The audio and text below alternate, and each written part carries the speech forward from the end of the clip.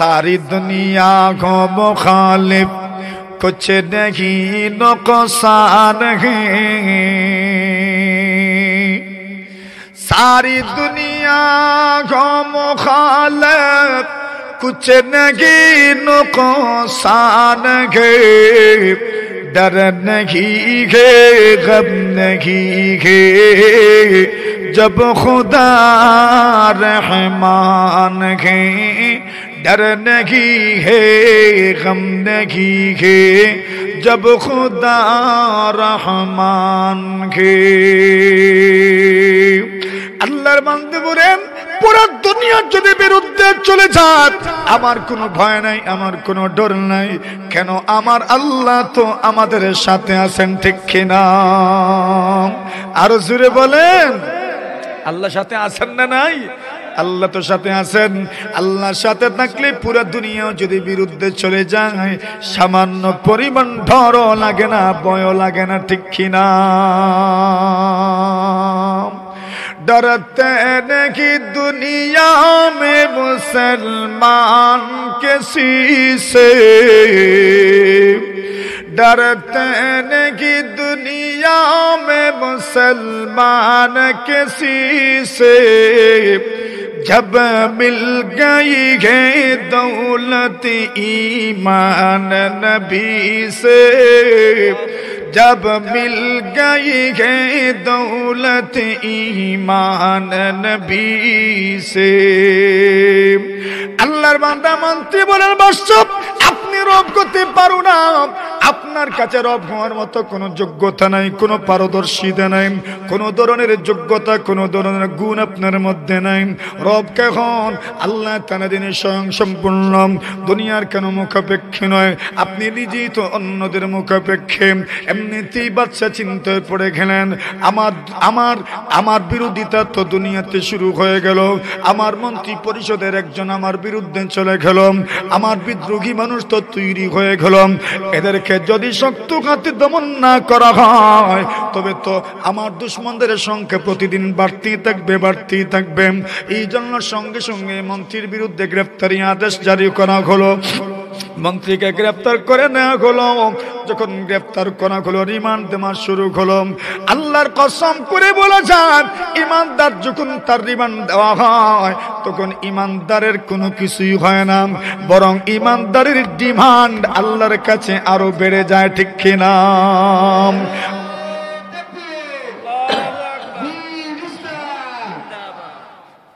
ইমানদারদের রিমান্ড হলে তার ডিমান্ড বাড়ে না কমে? জোরে বলেন, ইমানদারের ডিমান্ড বাড়ে।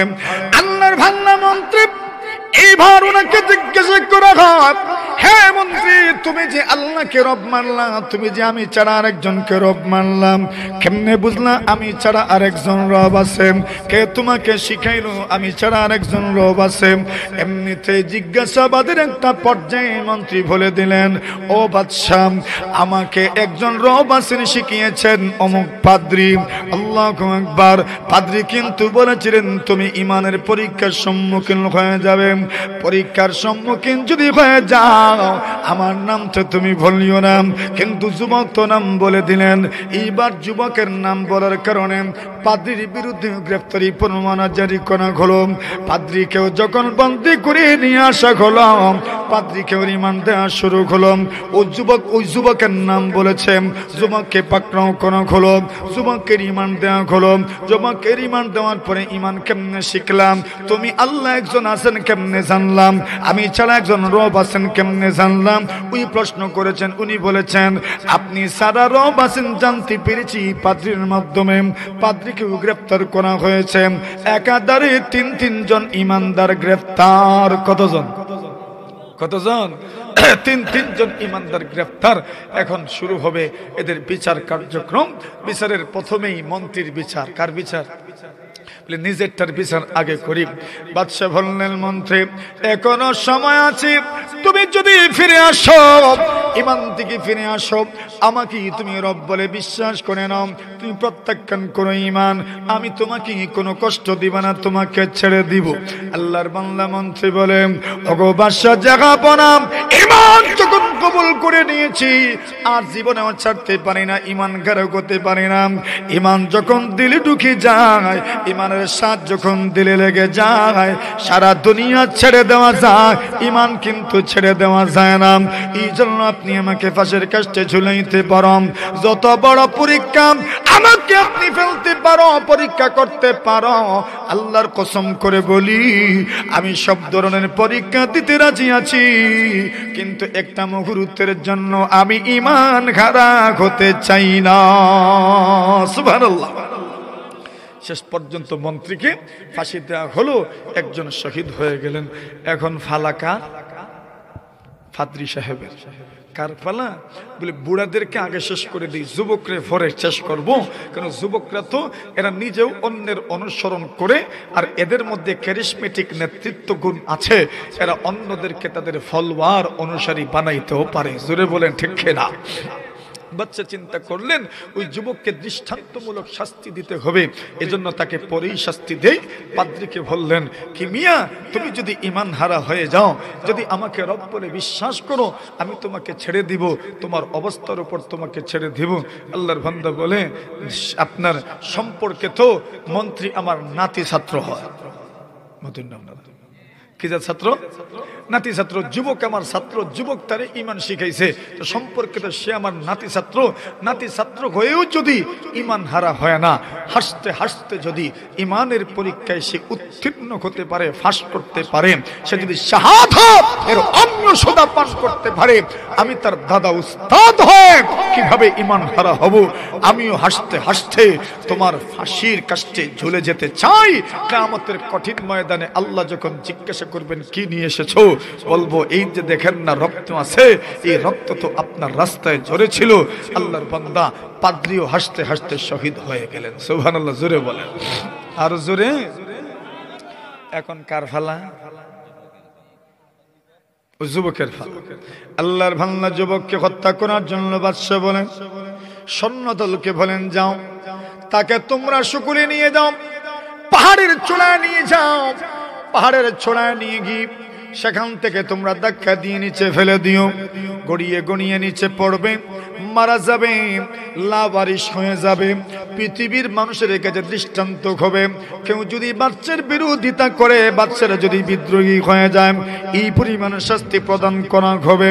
আল্লাহর বান্দা যুবককে যখন পাহাড়ের উপর নিয়ে যাওয়া হয়েছে, আমাদের গ্রাম দেশে বলে রাখে আল্লাহ, আর জোরে রাখে আল্লাহ মা রেখে। দুনিয়ার কোন মানুষের হাত যদি থেকে থাকে, সারা পৃথিবীর মানুষ যদি তাকে হত্যা করতে চায়, তার হায়াত ফুরাবার 1 সেকেন্ড আগেও মারতে পারবে না। আর হায়াত যদি ফুরিয়ে যায়, 1টা সেকেন্ড তো দেরি হবে না। আল্লাহর বান্দা যুবককে যখন তারা সুন্দর করে সাজিয়ে গুজিয়ে চতুর্দিক থেকে এক বেড়া দিয়ে অবরোধ করে পাহাড়ের উপর নিয়ে যাওয়া হলো, এমনিতেই পাহাড়ের মধ্যে এমন কম্পন শুরু হয়েছে, একে একে সৈন্যদল যারা ছিল একে একে পড়ে পড়ে মারা গেল। আল্লাহর বান্দা যুবক পরিপূর্ণ সুস্থ অবস্থায় বাদশার খেদমতে হাজির, দরবারে হাজির। বাদশা বললেন, যুবক, আমি তোমাকে সৈন্যদল দিয়ে পাঠাইলাম তোমাকে শেষ করে দেওয়ার জন্য, তুমি কিভাবে বাঁচলেন? এমনিতেই যুবক বলে, বাদশা, আল্লাহ যদি কাউকে বাঁচাইতে চান, দুনিয়ার কোন শক্তি তাকে মারতে পারে না, ঠিক কিনা? কাদিরা কুদরত দারি হরচে খাহি আকুডি, মুর্দারা জাগম তো বখশি, জিন্দারা ভেজা কুডি, মুর্দারা জাগম তো বখশি, জিন্দারা ভেজা কুডি। আল্লাহ কোন মানুষকে, মৃত ব্যক্তিকে জান দিতে পারেন, জীবিত ব্যক্তিকে মারতে পারেন, ক্ষমতা কার? দুনিয়ার কোন মানুষের কাছে আল্লাহ ক্ষমতা দেন নাই। এমনিতেই বাদশা বলেন, তবে অপেক্ষা করো, আমি তোমাকে এর চাইতে কঠিন মওত দিব। এমনিতেই বাদশা সৈন্যদলকে বলেন, যাও তাকে তোমরা নৌকায় উঠাইয়া সাগরের মধ্যখানে নিয়ে যাও। যুবককে যখন নৌকায় উঠাইয়া সাগরের মধ্যখানে নিয়ে যাও হলো, এমনিতে নৌকার মধ্যে এমন কম্পন শুরু হলো, যারা ছিল সাথে একে একে সবাই পড়ে মারা গেল। কিন্তু আল্লাহর বান্দা যুবক যুবক মারা যায় নাই, মাঝিহীন নৌকা লগি বৈঠাহীন নৌকা আস্তে আস্তে সাগরের কিনারায় ভিড়ে যায় এবং ওই যুবক একটা যুবক সুস্থ অবস্থায় বাদশার খেদমতে হাজির হয়। বাদশাহ বলেন আজকেও মারা গেল না। যুবক বলে কেমনে মারা যাব? কোন মানুষের হায়াত যদি বাকি থাকে, আল্লাহ পরমার্দিগারে আলম শত শত দুশমনদের মধ্য থেকে ওই মানুষটাকে বাঁচাবেন, কোনো সন্দেহ নাই, ঠিক কিনা? এখন বাদশা তো পড়লেন বড় বিপদে, যুবককে না মারলেও হয় না। আপনারা কষ্ট হইতেছে, শুনে দিলেই থাম না ফরে নতুন আপনারা ফরে নি খইলো তো দিতাম না, এটা জি গাইলাম আর কি। আপনারা খইবা বলে একবার তো জি গাইলাম না বলে সেনি খাইতাম হইতাম না। এই জন্য জিজ্ঞেস মেহমান তো আপনারা আমাদের, এই জন্য মেহমানদেরকে তো জিজ্ঞাসা করার দরকার যে মেহমানদের দরকার আছে না নাই, ঠিক না ভাই? ঠিক মাথুন না আপনারা? তো মেহমানরা আসেন তো সব, ইনশাল্লাহর আওয়াজে বোঝা যায় বেশি সময় নাই মনে হয়। আসেন তো সবাই, দুইটা হাত উঁচু করে ইনশাআল্লাহ, আরো জোরে ইনশাআল্লাহ। মাশাআল্লাহ, বোঝা গেছে হিম্মত আছে। মনে করে 2-3 বছর আইছি সিরাজনগর, এই জন্য যেহেতু কয়েক বছর আইছি তো ওয়াজ তো কিছু হইতো আপনারা, ঠিক নেই? আরো কয়েক বছর যে আসতে পারবো না তা তো জানি না। এই জন্য কমপক্ষে আজকে যখন এসেছি তো কিছু হয়ে যাক, কেমন?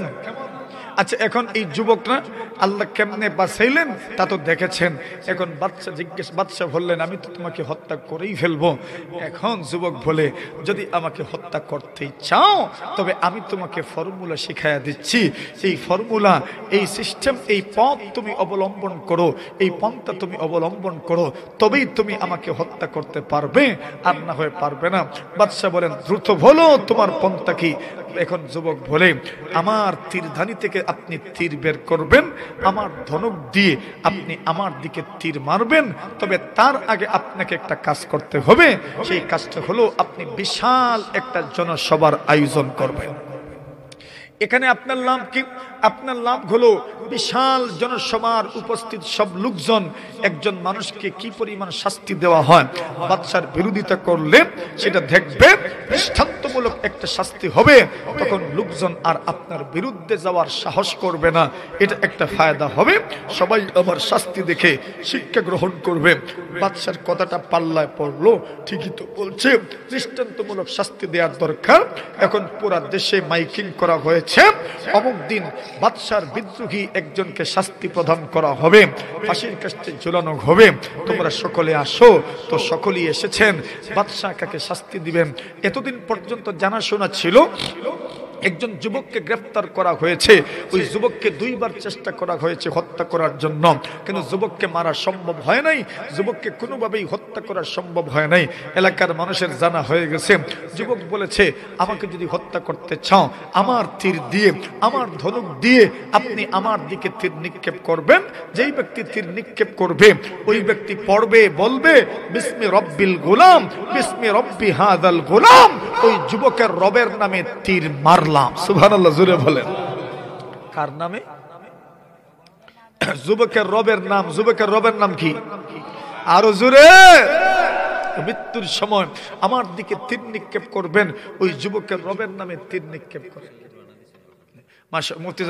আলহামদুলিল্লাহ বলেন, ওই যুবকের রবের নামে তীর মারবেন। সুবহানাল্লাহ, জোরে বলেন। এমনিতেই সুন্দর করে আয়োজন করা হলো, সুন্দর আয়োজন, বিশাল আয়োজন। বাদশা পুরা দেশের মানুষকে দাওয়াত করেছে। বাদশার বিরোধী যারা, বিদ্রোহী যারা, তাদেরকে কি পরিমাণ শাস্তি দেওয়া হয়, শাস্তি দেখে যাও, দৃষ্টান্তমূলক শাস্তি দেওয়া হবে।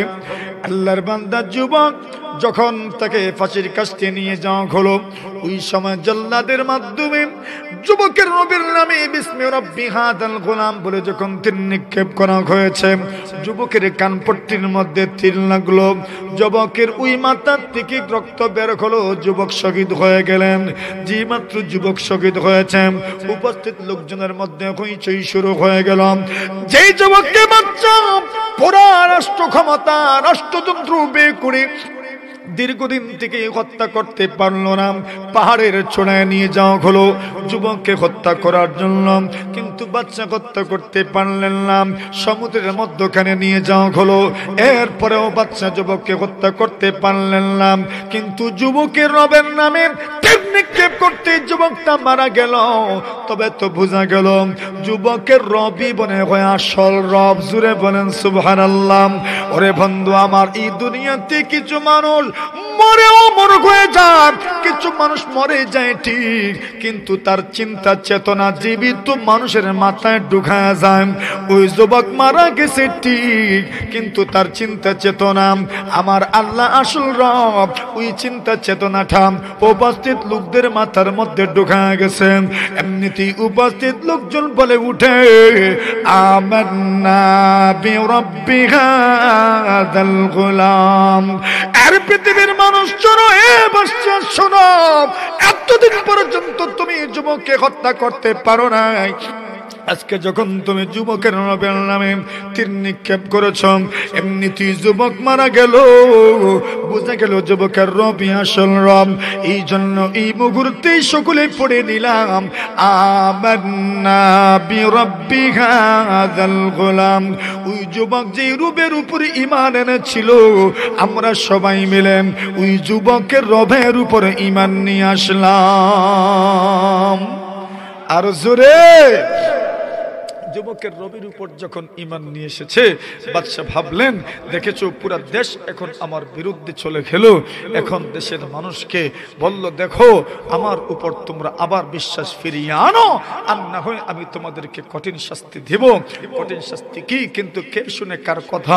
ঈমান যখন দিলে প্রবেশ করে আর দুনিয়ার কিছুই ভালো লাগে না। কথা বলেন ঠিক না? এখন ঈমানদাররা বলে, তুমি আমাদেরকে যে শাস্তি দিতে চাও দাও, অসুবিধা নাই, জীবন তো একদিন শেষ হবেই, আপনি যদি আমাদেরকে হত্যা করেন না, মরতে তো হবেই, সুতরাং যা শাস্তি দেবার দিয়ে দাও, ঈমান হারা হব না। যদি ঈমান নিয়ে মারা যেতে পারি, মরতে দেরি হবে, আল্লাহর জান্নাতের মেহমান হতে দেরি হবে না। মাতুন আপনারা সুবহানাল্লাহ, জোরে কোন। এখন বাদশা বললেন, ঠিক আছে, পরিখা খনন করো, গর্ত খনন করো, আর ওই গর্তের মধ্যে আগুন প্রজ্বলিত করো। আগুন জ্বালানো হলো, আর ঈমানদারদেরকে, যারা ঈমান থেকে ফিরতে চায় না, যারা রবের বিশ্বাস থেকে ফিরতে চায় না, আল্লাহর প্রতি অগাধ বিশ্বাস থেকে ফিরতে চায় না, এদেরকে একজন একজন একজন করে এদেরকে পরীক্ষার মধ্যে, গর্তের মধ্যে ফেলা হয়। এরা শহীদ হয়ে যান। সুবহানাল্লাহি ওয়া বিহামদিহি।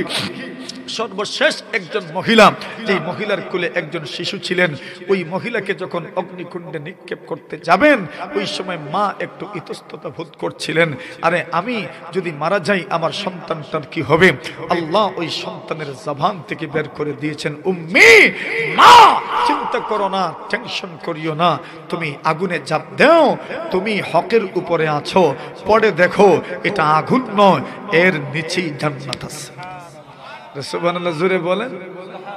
এইভাবে শহীদ হয়ে গেলেন সকলেই, কিন্তু ঈমানের পরীক্ষায় উত্তীর্ণ হয়েছেন। যারা ঈমানের পরীক্ষায় উত্তীর্ণ হন, আল্লাহ তাদের জন্য রেখেছেন জান্নাত। সুবহানাল্লাহ, জোরে বলেন। এখন নবী আকরাম সাল্লাল্লাহু আলাইহি ওয়াসাল্লামের এক সাহাবীর কথা আপনাদেরকে শোনাই। নাম হলো খুবাইব রাদিয়াল্লাহু তাআলা আনহু।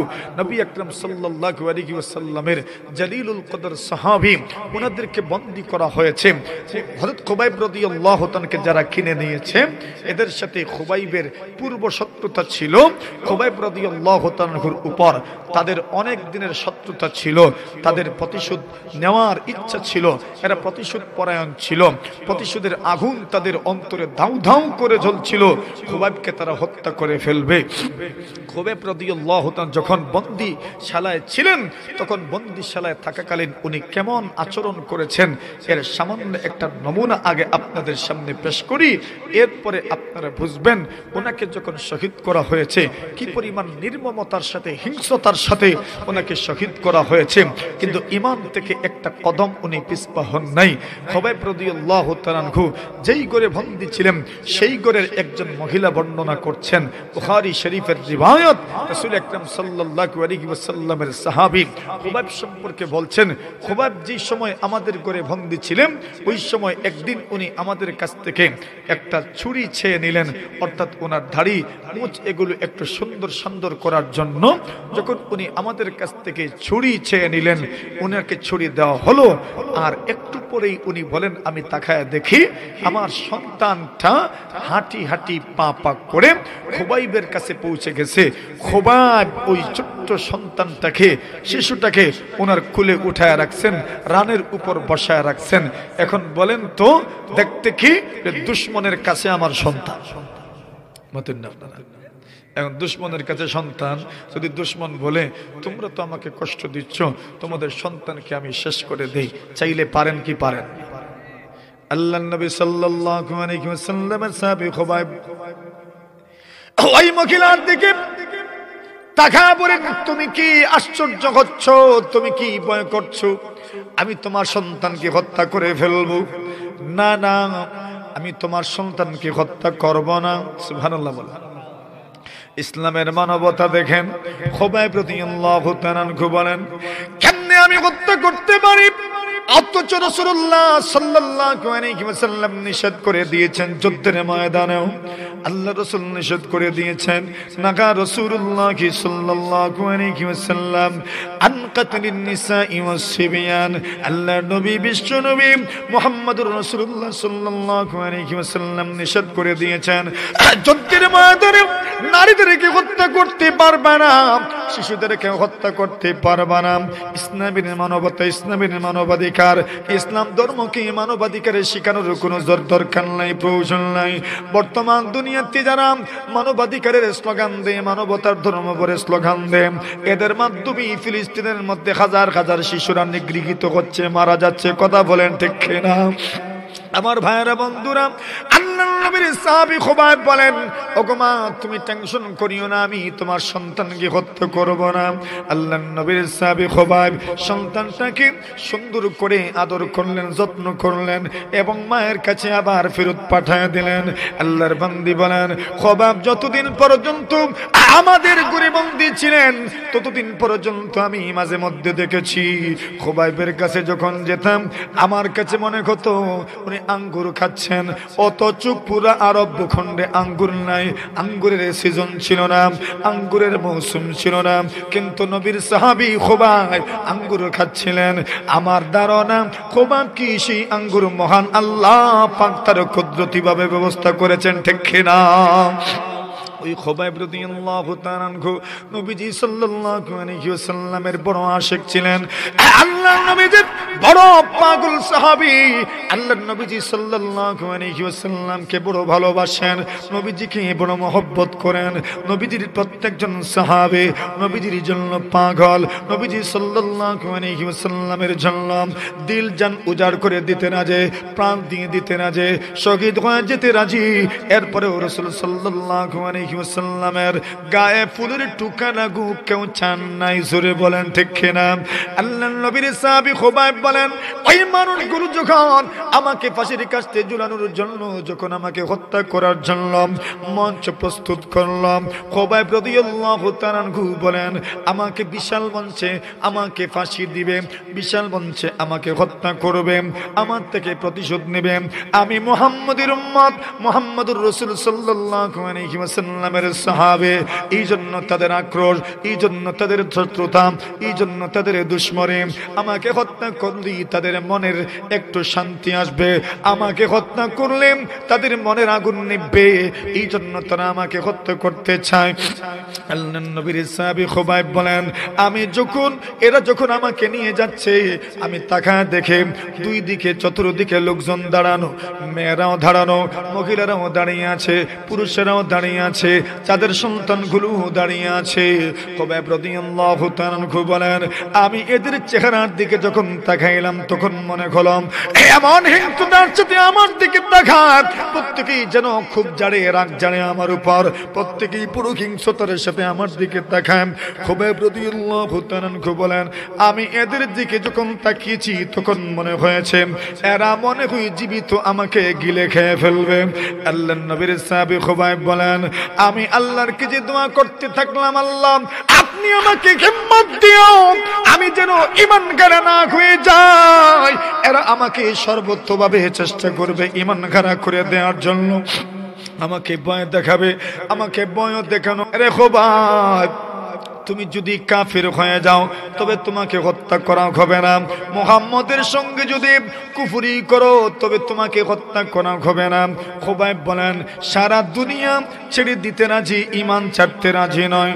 আমি মত কবুল করে নিব কিন্তু ঈমান খারা হব না। জোরে বলেন সুবহানাল্লাহ। খোবাইব রাদিয়াল্লাহু তাআলা আনহু এমন প্রেক্ষাপটে কবিতা আবৃত্তি করেছেন, লাকাদ জাম্মাআল আহজাবু হাওলি ওয়া আল্লাবু কাবাইলাহুম ওয়াস্তাজমাউ কুল্লা মাজমাই। লাকাদ জাম্মাউ আবনাআহুম ওয়া নিসাআহুম ওয়া কুররিবতু মিন জিযইন তাওয়িলিন মুমান্নাই ওয়া কুল্লুহুম মুবদিল আদাওয়াতি জাহিদু লিআন্নি ফি বিতাকিম বিমাদয়াই ইলাল্লাহি আশকু গুরবতি সুম্মা কুরবতি ওয়া মা আরসাদাল আহজাবু লি ইনদা মাসরাই ফাদাল আরশি সাব্বিরনি আলা মা ইউরাদু বি ফাদাল আরশি সাব্বিরনি আলা মা ইউরাদু বি ফাকাদ বাদউ লাহবি ওয়া কাদ ইয়াসা মাতবাই ওয়া কাদ খায়রুনিল কুফরা ওয়াল মাউত দুনহু وقد هملت عيناي من غير مجدعي وما بحذار الموت إني لميت ولكن حذاري جحب نار ملفعي فلست أبالي حين أقتل مسلما على أي جنب كان في الله مصرعي وذلك في ذات الإله وإن يشاء يبارك على أوصال شلو ممزعي فلست بمبد للعدو تخشعا ولا جذعا إني إلى الله مرجعي الله أكبر বলেন। আল্লাহর নবীর সাহাবী হযরত খুবাইব রাদিয়াল্লাহু তাআলা আনহু কবিতা আবৃত্তি করলেন, এর পৃথিবীর মানুষ লাকাদ জাম্মাআল আহজাবু হাওলি ওয়া আল্লাবু, এরা পৃথিবীর এদের খানদানের সবগুলো মানুষ কি বিভিন্ন গোষ্ঠী বিভিন্ন গোত্রকে আমার চতুর্পার্শ্বে জমায়েত করেছে। কেন জমায়েত করেছে? আমাকে কিভাবে হত্যা করা হয়, আমার ফাঁসি কিভাবে কার্যকর করা হয় তা দেখার জন্য এদেরকে একত্রিত করা হয়েছে। আল্লাহর নবীর সাহাবী খুবাইব রাদিয়াল্লাহু তাআলা আনহু বলেন, ওয়া কুল্লুকুম মুবদিল আদাওয়াতি জাহিদু আলাইয়া লিআন্নি ফি বিসাকিম বিমাদয়াই, প্রত্যেকের চেহারার মধ্যে হিংসতার ভাব, প্রত্যেকেই যেন আমার উপর ক্ষেপে আছে, আমার উপর খুব ঝাড়তে চায়। আমি এদের চেহারার দিকে যখন তাকাই এরা আমার দিকে রাগত স্বরে কথা বলে, আমার দিকে রাগত চেহারা নিয়ে তাকায়। আল্লাহর নবীর সাহাবী বলেন, আমি আমার রবের কাছে বললাম, ওগো প্রভু, আপনি আপনি তো দেখেছেন এই এলাকা আমার অপরিচিত এলাকা, আমার কেউ নাই, আমার সহযোগী, আমার হামি মদতগার কেউ নাই। প্রভু গো, আপনার কাছে আমার অসহায়ত্বের কথা আমি আপনার কাছে শিকায়ত করলাম। আল্লাহর নবীর সাহাবী বলেন, আমি আল্লাহর কাছে দোয়া করলাম, ফাতাল আরশি সাব্বিরনি আলা মা ইউরাদু বি। আগো রব্বুল আলামিন, এরা তো আমাকে হত্যা করতে চায়, যার পরনে কষ্ট দিতে চায়, মেহেরবানি করে আপনি আমাকে ধৈর্য ধরার তৌফিক দান করিও। কেন জানোনি গো, এরা আমার শরীরের গোশতকে টুকরা টুকরা করে দিয়েছে। আল্লাহর নবীজি সাল্লাল্লাহু আলাইহি ওয়াসাল্লামের সাহাবী হযরতে খুবাইব রাদিয়াল্লাহু তাআলা আনহুকে যখন এরা হত্যা করার পুরোপুরি পণ করেছে, যখন ময়দানে নিয়ে এসেছে, ওনার শরীরের গোশত তারা জীবিত অবস্থায় আলাদা করা শুরু করেছে। নাউজুবিল্লাহ। আর শরীরের গোশত টুকরা টুকরা করে কেটে ফেলতে চান, টুকরা টুকরা করে, এক টুকরা দুই টুকরা করে শরীরের গোশত আলাদা করে হাড্ডিগুলো পর্যন্ত আলাদা করতে চান। একজন জীবিত মানুষ, একজন জীবিত মানুষ, একজন মানুষকে যদি হত্যা করে দেওয়া হয় এই পরিমাণ কষ্ট হয় না, কিন্তু ওই ব্যক্তি জীবিত অবস্থায় যদি তার শরীরের গোশতগুলো যদি টুকরা টুকরা করা হয় কি পরিমাণ কষ্ট হয়। খুবাইব রাদিয়াল্লাহু তাআলা আনহু বলেন, ফাদাল আরশে সাব্বিরনি আলা মা ইউরাদু বি। প্রভু গো আল্লাহ, এরা আমাকে টুকরা টুকরা করে দিচ্ছে, গোশত টুকরা টুকরা করে দিচ্ছে, আপনি আমাকে ধৈর্য ধরার তৌফিক দিও। কেন আমার কি যেন মনে হয় আমার সমগ্র আমার সাহায্যের দরজাগুলো তো বন্ধ, আপনি ছাড়া কোনো সাহায্য আমাকে কেউ করতে পারবে না। আল্লাহর নবীর সাহাবী খুবাইব বলেন, আল্লাহ আপনি আমাকে সাহায্য করো, আপনি আমাকে সাহায্য করো, আপনি আমাকে হিম্মত দান করো। আল্লাহ রাসূল সাল্লাল্লাহু আলাইহি ওয়াসাল্লামের সাহাবী খুবাইব রাদিয়াল্লাহু তাআলা আনহু বলেন, আল্লাহ আপনি আমাকে সাহায্য করিয়েন। ফাকাদ বাদদাহু লাহমি ওয়া কাদ ইয়াসামাতুমাই। আল্লাহ নবী সাল্লাল্লাহু আলাইহি ওয়াসাল্লামের সাহাবী খুবাইব বলেন, আগো রব্বুল আলামিন, আল্লাহ যদি এরা আমার গোশত টুকরা টুকরা করে দেন, আর যদি আল্লাহর রাস্তায় আমার গোশতগুলো টুকরা টুকরা হয়ে যায়, আল্লাহ তাআলা আমার টুকরা টুকরা গোশতের মধ্যে বরকত দিতে পারেন। এই পরিমাণ ক্ষমতা আল্লাহর আছে না নাই? আরো জোরে বলেন, আছে না নাই? খুবাইব রাদিয়াল্লাহু তাআলা আনহু যখন ফাঁসির কাছে যাবেন, যাওয়ার আগে বলেন, এরে দুনিয়ার মানুষেরা, আমাকে তোমরা 2 রাকাত নামাজের সুযোগ দাও। এরা 2 রাকাত নামাজ পড়ার সুযোগ দিল। কি পরিমাণ ধ্যানমগ্ন হয়ে রবের সাথে যেন আলাপ করছেন, কোনো চিন্তা নাই, ভাবলেশহীন ভাবে নামাজ আদায় করছেন। আল্লাহর নবীর সাহাবী খুবাইব ধারণা করেছেন জীবনের শেষ নামাজ, আর জীবনে আমার রবের সামনে সিজদা করতে পারবো কিনা জানি না।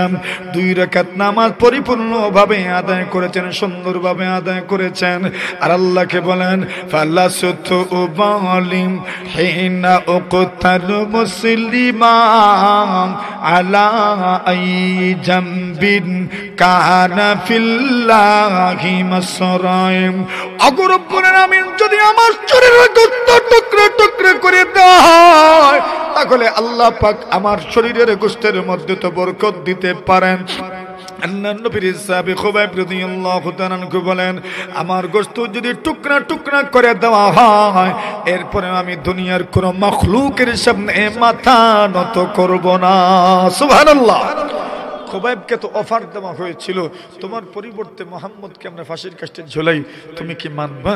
খুবাইব বলেন, আরে আমি নেতিয়ে পড়েছি তো কি হলো, খোদার কসম আমার রাসূলের গায়ে একটা ফুলের টোকা কেউ দিক, এটাও আমি সহ্য করতে পারি না। সুবহানাল্লাহ, জোরে বলেন না। আরে ভাই, এই দুনিয়াতে মানুষকে পরীক্ষা দিয়েই টিকে থাকতে হয়, পরীক্ষা ছাড়া কেউ টিকে থাকতে পারে না। যত পরীক্ষা তত মর্যাদা, যত পরীক্ষা তত মর্যাদা, যত পরীক্ষা তত মর্যাদা। ইমানদারের পরীক্ষা আছে না নাই? জোরে বলেন। ইমানদারের পরীক্ষার কোনো শেষ নাই, জীবনটাই তো পরীক্ষার মধ্যে। আপনি দেখবেন কত দিক থেকে আপনার সামনে কত মুসিবত আপনাকে বিভিন্ন দিক থেকে ধাওয়া করবে, আপনি ভয় পেয়ে যায়েন না, আপনি নিরাশ হয়ে যায়েন না। আপনি মনে রাখেন ওই কথা, আমার রব তো একজন আছেন না। জোরে কোন? আরে আমাদের রব আছেন না নাই? বিজাতীয় যারা, এদের তো কোনো মাওলা নাই, আমাদের তো কি আছেন? মাওলা আছেন না নাই? বিজাতীয়দের কোনো মাওলা নাই, আমাদের তো মাওলা আছেন, আমাদের তো মাওলা আছেন। তো ওই মাওলা